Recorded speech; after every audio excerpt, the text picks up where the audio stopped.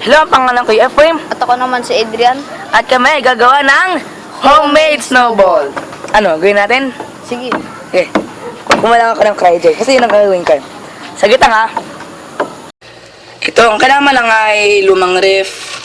Kunin mo yung mga nabuong yellow dito sa gilid. Dapat yung mga lumang ref kasi mga bagong ref pala silang ganito. Okay. Tawag ko dito cryogen eh. Kasi nakato ko sa dictionary. Cryogen yun yung substance na ginagamit sa mga ref.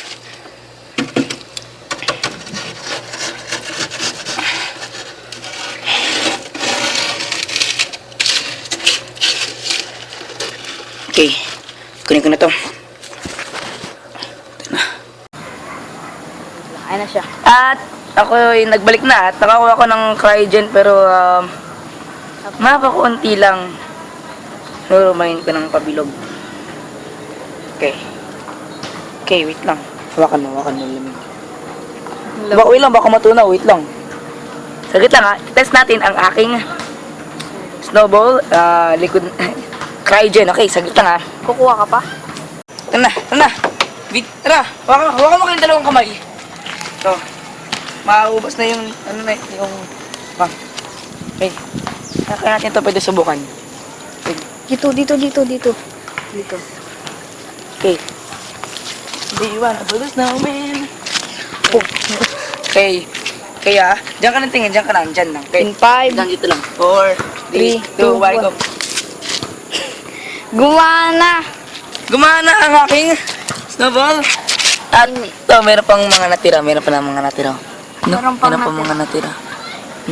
natira. Gagi, marami niyan. Ganun natira. Next time, gawa tayo ng ano. Next time, gawa tayo ng ano, ng... Liquid nitrogen. Oh, next time pa yan. Magamitin ko itong cryogen. Tingin ko kaya sa camera. Gagawa uli ka. Okay. Saka ano, next time kapag marami nang naipon na, cryogen yung freezer at kapag marami nang naipon na cryogen, magawa na kami ng liquid nitrogen at nandot ka, saka ng isa pang homemade snowball na mas malaki pa. Ganito kalaki. Sige. Ako ulit si Efraim at Ako naman uli si Adrian. at kami nagsasabi na bye. At Bye guys. Pwede, kung gusto nyo pong tingnan yung channel ko, ang pangalan ko lang po dun ay Adrian Manawis. Ako po ay isang builder ng Lego. English naman.